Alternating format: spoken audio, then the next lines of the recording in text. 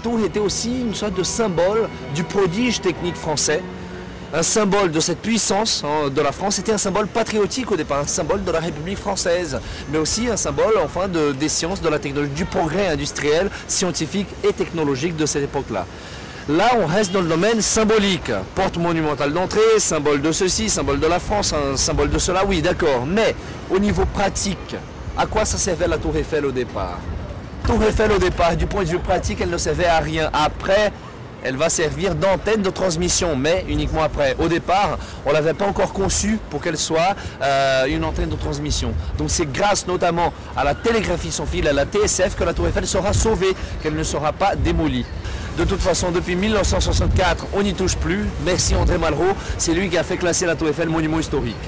Donc nous avons 3 étages principaux, le premier à 57 mètres de hauteur, le deuxième à 115, le troisième étage pour le public, il est à 276, c'est-à-dire la plateforme où on peut accéder, elle est à 276 mètres de hauteur, mais toute la tour au départ faisait 300 mètres de hauteur, 312, avec la rampe du drapeau tricolore qui a été hissé par M. Gustave Eiffel au sommet de la tour, le jour de l'inauguration. Donc le 31 mars 1889, M. Gustave Eiffel arrive avec 200 invités à peu près. Bienvenue mesdames et messieurs, c'est un honneur d'être là avec vous. On va inaugurer mon grand chef-d'œuvre. Par contre, j'ai une petite mauvaise nouvelle à vous annoncer. Les ascenseurs ne marchent pas encore. Qui veut monter avec moi jusqu'au sommet? Il y a juste 1710 marches à gravir.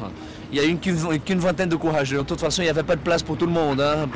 Pas de place pour 200 invités quand même au sommet de la tour.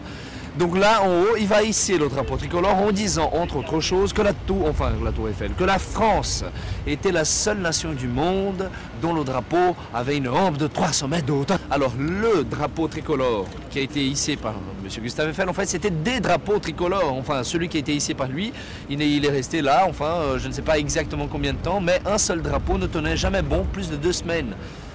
On était obligé de rechanger régulièrement parce que ça se déchirait, avec le vent qui souffle à 300 mètres de hauteur. Bien évidemment, on était toujours en train de changer, de rechanger ça régulièrement. Donc quand vous entendrez parler du drapeau qui est resté pendant des années, en fait le drapeau c'était des centaines de drapeaux, voire même des milliers, je ne sais pas exactement combien de drapeaux sont passés par le sommet de la tour, mais c'est sûr, c'est au moins des centaines de drapeaux différents. Maintenant nous sommes devant le buste d'un deuxième Gustave qui a joué un rôle très important dans l'histoire de la tour aussi. Il s'agit de mon cher capitaine Gustave Ferrier. Capitaine? C'est pas marqué capitaine, monsieur le guide, c'est marqué général. Hélas, mesdames et messieurs, le nom général gâche complètement la surprise de l'histoire que je vais vous raconter là tout de suite. J'aurais bien aimé couvrir le nom général. Figurez-vous que le personnel de la Tour Eiffel ne m'accorde toujours pas le droit de le faire. Alors sachez que pour l'instant, il est encore capitaine. Et il va passer, on va voir par la suite comment il va passer de capitaine à général. Mais c'est qui ce monsieur? Eh bien, c'était un polytechnicien. Il va sortir de l'école polytechnique ici à Paris avec un diplôme en transmission radiophonique. Il va commencer à travailler dans le domaine. Il va se faire remarquer. Il sera chargé par le ministère de la Guerre pour être le responsable de toutes les recherches concernant la TSF, comme je vous ai dit. Donc, monsieur Gustave Eiffel, qui cherchait une solution pour sauver son chef-d'œuvre, il va entendre parler des recherches du capitaine Gustave Ferrier. Il faut savoir que Gustave Eiffel, au départ, la tour, au tout début, elle était conçue, on avait pensé à construire cette porte colossale d'entrée pour l'exposition pour que ça dure uniquement pendant l'exposition.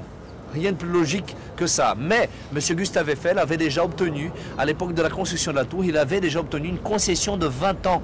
Un droit d'exploitation de la tour Eiffel de 20 ans. C'était formidable. D'une seule année, la vie, l'espérance de vie de la tour a été repoussée de 20 ans. Donc il était très content, mais il fallait quand même, au début du XXe siècle, trouver une autre solution, une stratégie quelconque pour que la tour reste debout, pour toujours. Il va entendre parler de la TSF. Qu'est-ce qu'il va faire alors? Il va proposer quelque chose de très avantageux au capitaine Ferrier. Alors, ça va se passer à peu près comme ça. Bonjour, monsieur Ferrier, n'est-ce pas? Oui. Je m'appelle Gustave Eiffel. Enchanté, monsieur. Vous allez bien? Oui. Ah oui, monsieur, c'est un plaisir de vous retrouver ici au Champ de Mars parce qu'en fait, vous voyez là, derrière vous, c'est mon chef-d'œuvre. C'est moi qui l'ai construite.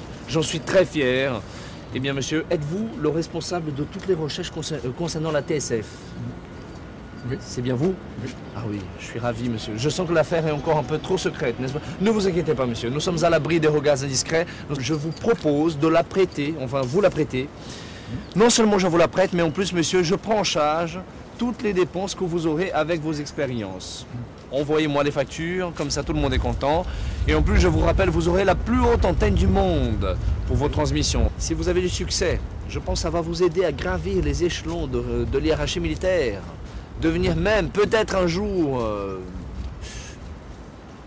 vous avez de l'ambition peut-être Oui, devenir quoi? Général, ah oui, je sentais, je lisais ses pensées moi, hein, voilà. J'ai le pouvoir de voir. Ça va vous aider, monsieur. Et moi, je sauve ma tour. Il n'y a pas d'inconvénient, il n'y a que des avantages. D'accord, monsieur Ferrier. Malgré le fait que toute la tour soit construite avec du fer, avec une charpente métallique, c'est pas de l'acier, hein, c'est du fer, du fer pudelé. Il y a très très peu de carbone. Hein, c'est vraiment des traces. C'est pas vraiment l'alliage fer-carbone comme l'acier. Donc voilà, l'acier, il sera introduit dans le domaine de la construction civile, notamment au début du XXe siècle, un tout petit peu plus tard, un tout petit peu après la tour. Hein, donc à cette époque-là, c'était surtout soit la fonte pour les piliers, pour les poteaux, tout ce qui subit des efforts de compression, voilà, c'est la fonte. Et le fer pour tout, parce que voilà, pour les poutres, bien évidemment, là, la flexion, la traction, donc voilà. La tour, elle est construite avec du fer pudelé. Mais les fondations sont maçonnerie de pierre, et on va les voir tout de suite. Il n'y a que vous, les visiteurs des coulisses de la tour, qui peuvent les visiter. Alors, suivez-moi s'il vous plaît. La télégraphie sans fil, c'est un principe très simple, c'est d'envoyer avec ce code, enfin une combinaison de ti et de ta, c'est le code Morse, hein, donc voilà, tita, tati, tita, voilà, ça va faire des lettres, par conséquent des mots, par conséquent des messages écrits, c'est-à-dire les télégrammes qu'on va envoyer par les ondes, par ces signaux hein, qu'on va envoyer à travers les ondes électromagnétiques.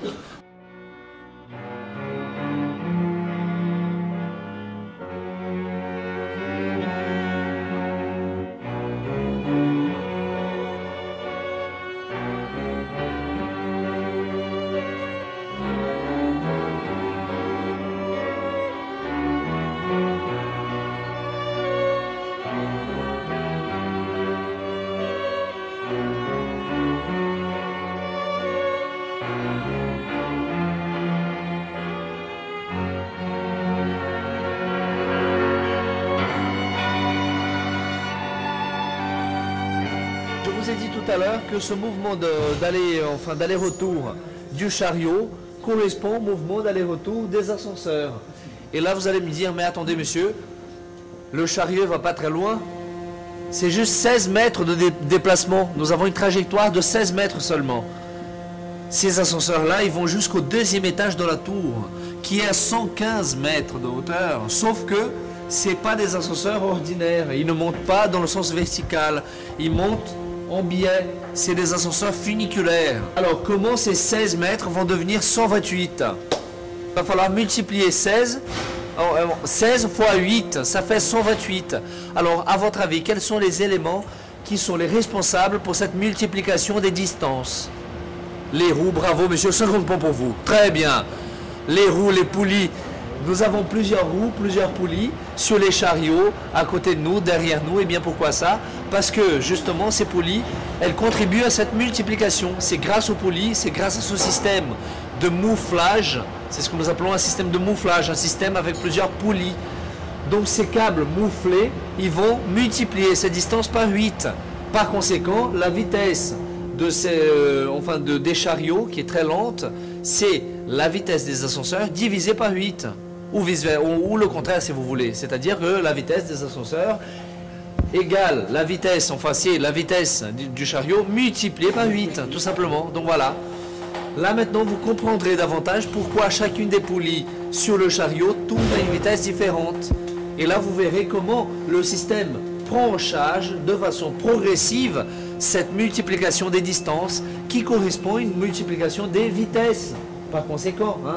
Donc là vous allez voir qu'il y a une poulie qui tourne très lentement, l'autre qui tourne un peu plus vite, l'autre qui tourne encore plus vite. Donc voilà, le système petit à petit, peu à peu, il prend en charge cette multiplication. Et on voit voilà, comment ça se fait de façon progressive. Ces ascenseurs ont été conçus par une société qui s'appelle Fives-Lille.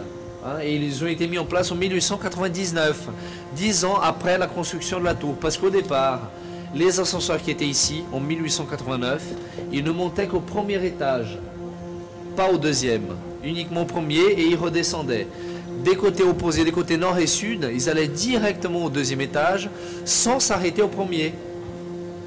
Pourquoi ça? Parce qu'au départ, c'était trop difficile, l'inclinaison de la tour, elle est variable, n'est-ce pas? Eh bien, c'était trop difficile à faire des ascenseurs qui pourraient être capables d'aller et au premier et ensuite au deuxième. Rappelez-vous quand je vous ai cité les ascenseurs tout à l'heure comme de nouvelles machines découvertes, mises au point, perfectionnées, eh bien on était en train justement d'améliorer les ascenseurs. Au départ, on ne pouvait pas les faire monter et au premier et au deuxième. Par contre, 10 ans après, si on le pouvait. Voilà pourquoi on les a changés, pour permettre à un plus grand nombre de visiteurs d'accéder aux étages de la Tour Eiffel, tout simplement. Hein.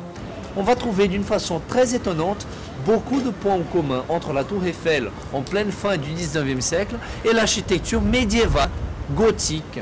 Et je ne me trompe pas, c'est vrai. Qu'est-ce qu'ils voulaient les architectes gothiques? Ils voulaient monter de plus en plus haut avec leurs cathédrales, avec leurs églises. Ils voulaient atteindre Dieu, ils voulaient s'approcher du ciel. Hein, donc cette notion de gigantisme, de verticalité était très présente. Les églises et les cathédrales vont devenir aussi de plus en plus ajourées, de plus en plus dentelées, de plus en plus transparentes, de plus en plus lumineuses. On va remplacer les pleins, c'est-à-dire les cloisons et les murs, par les vides, c'est-à-dire les vitraux, la lumière du jour. Eh bien, où sommes-nous aujourd'hui, mesdames et messieurs?